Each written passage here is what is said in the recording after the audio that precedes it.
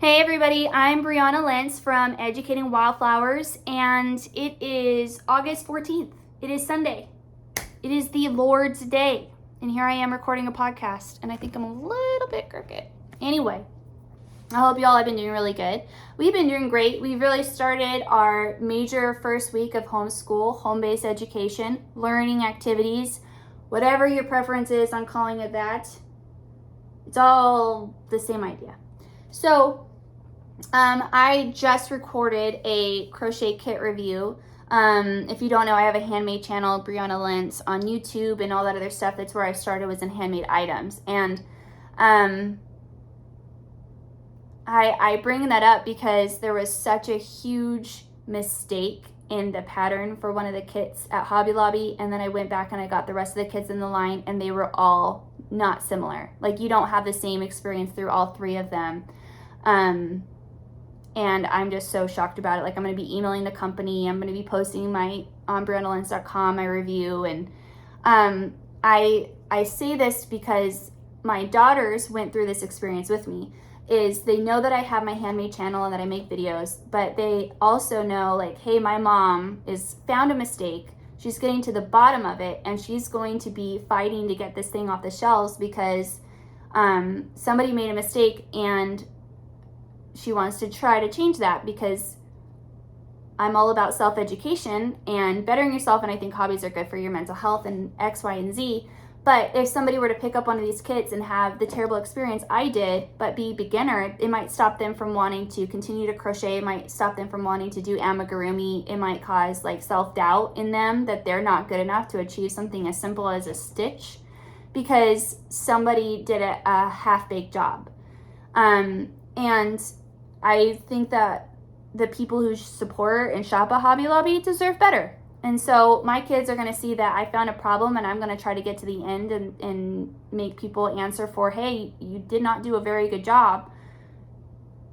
This shouldn't be being sold. What's your answer for it? So if they see a mistake or something, like, the lesson here is that they try to fix it. Even if it's not your mistake, you still try to fix it. Not in, like, a nasty way, but in a helpful way, because it's helpful to you and it's helpful to other people that do similar things as you.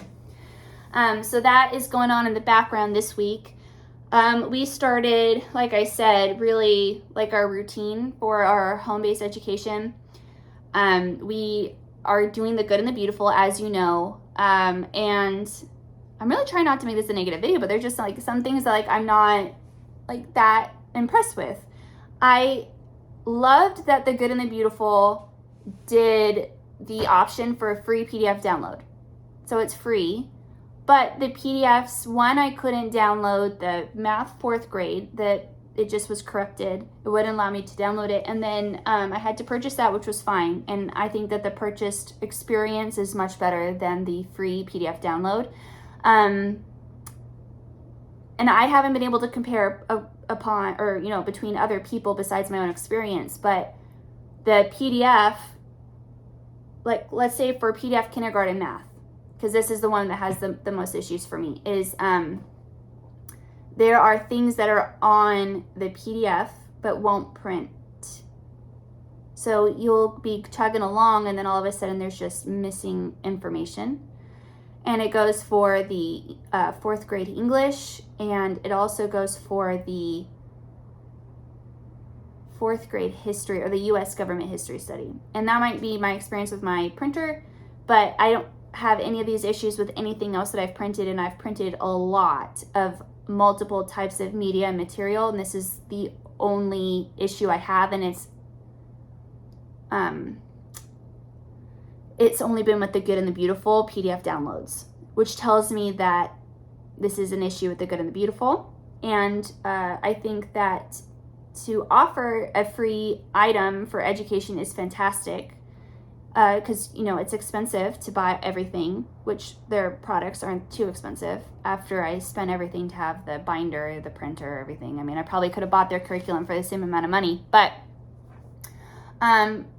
you would hope that you're still getting the same experience as the paid for item, only because that's how they're marketing it, is free homeschool education. and it's a reflection of the good and the beautiful. So if a person is trying to homeschool and they're on a lesser budget, they shouldn't have a lesser experience than the person who paid for the material, only because the marketing is that they have the same experience. So again, this reflects that if someone's going into this for the first time and they're having a lesser experience, they might not want to continue to homeschool, or they might not want, there's just a position of self-doubt, and it's not necessarily them, it's necessarily like the tools for the job. And yes, it's their choice if they continue with it and they don't change it, but I'm just saying, like, there's a similarity there. But with that being said, we are having a good time. My daughter loves it. My 9-year-old, you know, because school just started for a regular public education school that we were attending. They started the same week that we did. And so, you know, we're getting there, and there are all these memories, and everyone on Facebook's doing some things and you're not doing it. But she's loving it. She's like, oh my gosh, Mom, homeschool is so much fun, blah, blah, blah. Like, she's having a great time. She loves the math. She loves the English. She loves the art. We're doing marine biology. Not right now. I need you to go in the other room for 10 more minutes. Thank you. So what we did is, because marine biology is like a unit study and it's set up to do like 1 lesson per week, is I dedicated an entire day to that lesson. That is what they were most excited for, was marine biology. So if I want to encourage this love for homeschool, if I want to encourage this love for learning and desire to continue more, well, I'm gonna do whatever I want to do. The whole day was marine biology. We did all the experiments. They helped me set them up. They helped print them out. They helped everything from top to bottom. So they took ownership of their learning, and they had a great time. And it was a nice break because of our schedule. We have different schedule than most other people, where we're doing blocks of homeschool at a time and then taking some blocks of homeschool off, just because that's our personal situation. And we've never had like a regular routine anyway. Like, to put us in a regular routine makes us almost like feel suffocated. So for us, this worked fantastic. And so they were able to really dedicate their minds to science. And then we didn't just do that. We brought in other elements and other science elements and brought that into what we're learning. And we watched a documentary during our quiet time. And it was fantastic. And so we've broken up our day to where we kind of get going in the morning. We have a relaxed morning, which is wonderful because it just makes everybody kind of be relaxed. We start out reading something, and then we do our handwriting, and then Jules, I implement other color things because she's in kindergarten, and then Fiona does her language arts, and so she is got dedicated time for me for that. And while Jules is doing something, and I've got toys set up so Jules can do things while Fiona needs my attention, and it's just working great. We flip-flop sometimes, like if we need to do math first or English first or whatever. It just kind of fits our mood, and that's how life should be. Like, as an adult, you get to either you have things to where you're super regimented, or you have a to-do list and you do that to-do list as it fits your mood throughout the day. I think it's fine to have flexibility on that. I think that's the beauty of home-based education. But I did find that it just to go off for the good and beautiful wasn't enough. Like, I'm not trying to overstimulate my kids, but I'm like, this isn't enough for me. It's not enough for my kids. They want more. So if they want more, let's do more. So I went on and I found the resource Teachers Pay Teachers, which I had heard about at my school. And they have free material, so that's where I started. And they had a lot of great free material for kindergartners, because that's the fun stuff to make, I think. There's not a whole bunch of stuff for 4th grade. There's not a whole lot of stuff for 4th grade history, which leaves me an opportunity there. And there's Teachers Pay Teachers. And then also I went on to Canva, and canva.com, I got the Pro, which is a comparative rate to anything else, like $12 a month. You can try the first 30 days free. If you like it, then they'll charge you for $12 a month, which they have a lot of templates for you to customize. So for me in my position, Canva Pro has been perfect. We'll see going into September if I continue or if I discontinue, if I feel like I got what I needed out of it. But I created some worksheets specific to marine biology and our kids and what we're doing, and I'm going to be uploading those some for free, and I think I'm going to be uploading some for paid for, because I think that they'd be advantageous to a lot of other teachers and homeschool parents out there, homeschool teachers, because if I'm not able to find what I'm looking for, then it's not there, right? That's why I'm creating something new and individualized. So somebody else might be looking for that same individualized experience in their home or their class. And I love making it. It's very creative. It's a lot of fun. So I'm in our regular, like our base curriculum for the Good and Beautiful. Then I'm also tying in oceanography and marine biology type things into the extras. So like Fiona, I've got different reports, animal reports, different things like that to make her critically think, but they're all ocean themed. And that's because that's where we're at right now. So like she just did something where it was what you know, what you want to know, what you learned. It's like something called KWL, and it was a simple worksheet on jellyfish. And so she got to write those 2 columns through, and then I gave her a 20-minute time limit. Go be on the computer for 20 minutes and do your research on jellyfish, whatever you want to research, and then write it down, and then come and we'll talk about it. And so also we're going to be starting to do like different animal reports. So she gets to pick an animal one week, and then she's going to have like a comprehensive report on that animal, so she can go and start to look and disseminate information off the internet, and then be able to kind of like break it down to a simplified version. To have all of this information, the huge internet, and then pick out what you think is important, I'm interested to see. And I think that is good for her to have that relationship with the internet that's not just, all the crap that's out there. Anyway, and it's cool because she gets to be on the computer. She gets to be on the internet. She's given a little bit of freedom. She's growing up, and it shows like, hey, I trust you to do this. Now show me what you got.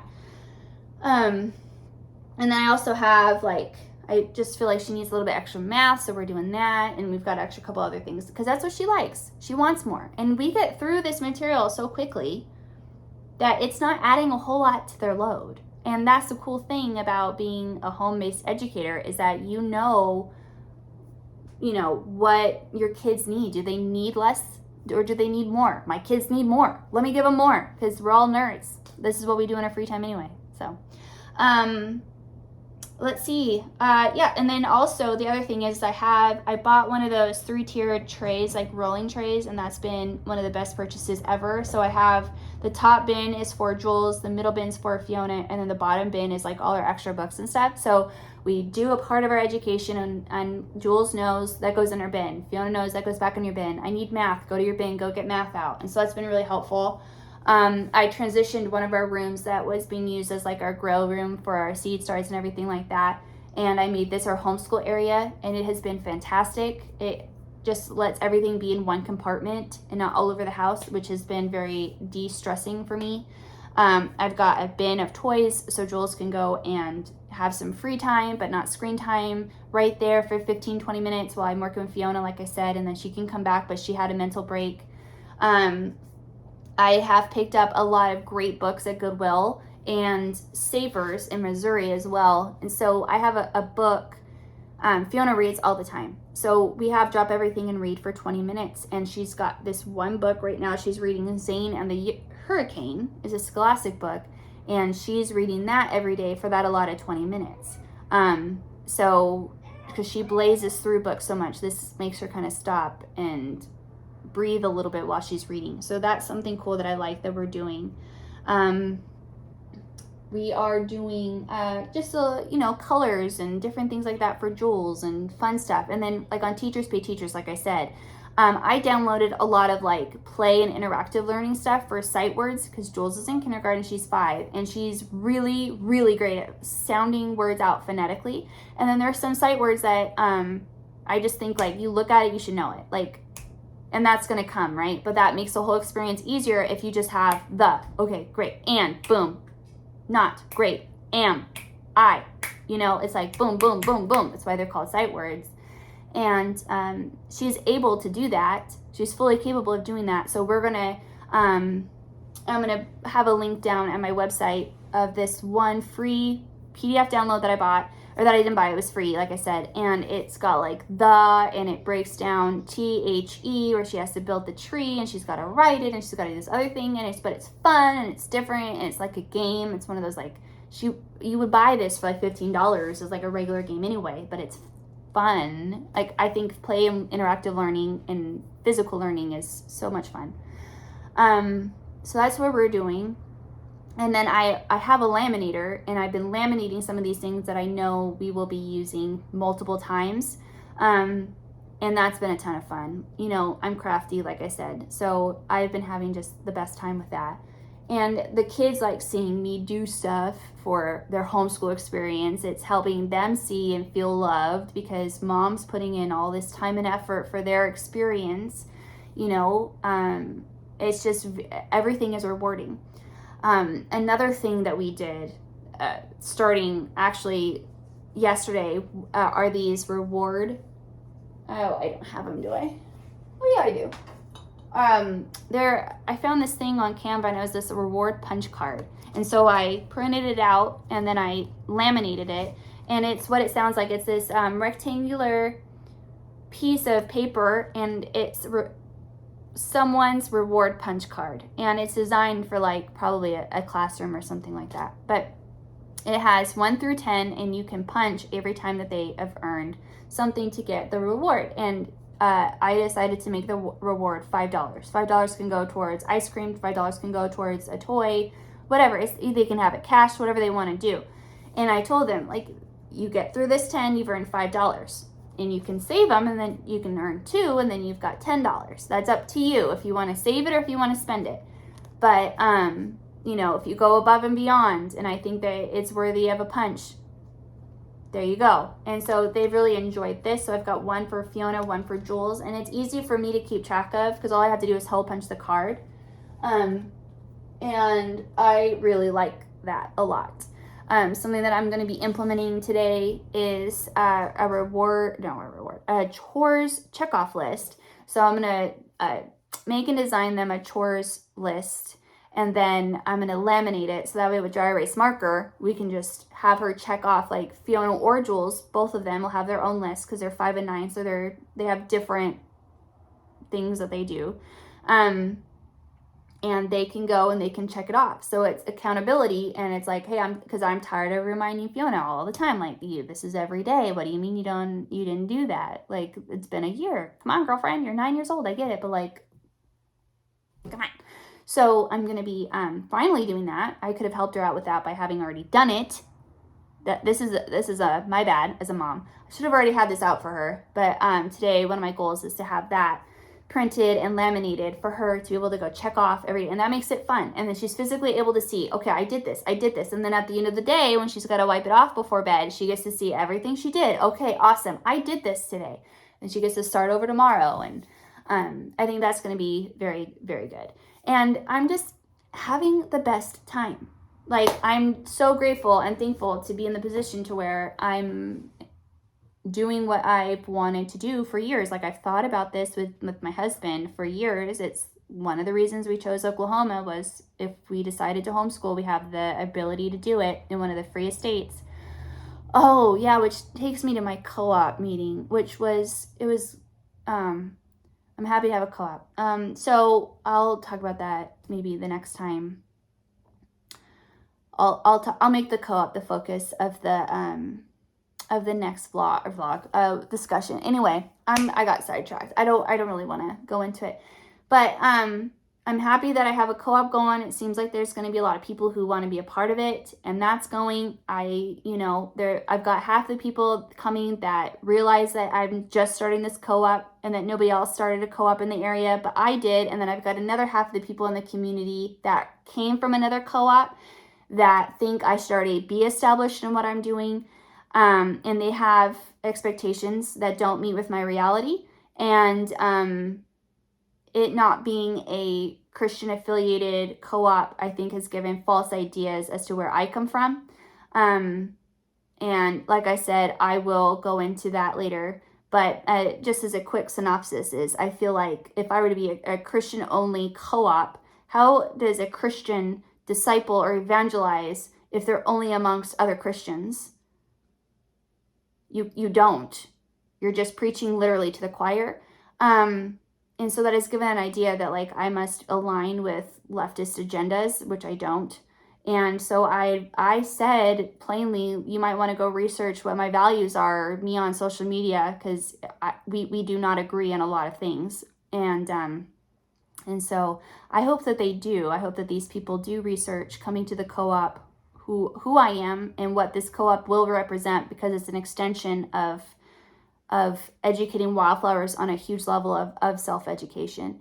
And so that's my hope on that. So great week, great experience, a lot of learning. We have all learned a lot, me, the kids. It's been wonderful. I'm so glad to finally be started and getting into a rhythm of things. And I'm glad to be on this podcast again, talking to you in about 21 minutes. So I'm good about here. It's been a lot of stream of consciousness, and that's what this is really at this point. I'm going to have, like I said, certain episodes of the podcast which are more directed about certain things or topics like truancy and those kinds of things, or like maybe I can do a whole thing talking about the book Weapons of Mass Instruction. I think that could be really cool. But for right now, like I said in my first few, this is really just like a stream of consciousness, a reflection video, a video diary for me to really kind of look back and talk about the steps looking forward. And if somebody else is out there going into their homeschooling journey or home-based education journey for the first time, but you feel isolated, maybe you'll feel seen, or maybe you'll feel like, okay, somebody out there is like, yeah, we're going through this together. So that's the whole point of this, because I think it'd be really interesting to be able to document from the beginning through the journey, this whole point. So I appreciate your time. Go ahead. If you don't know who I am, like I said, I'm Brianna Lenz.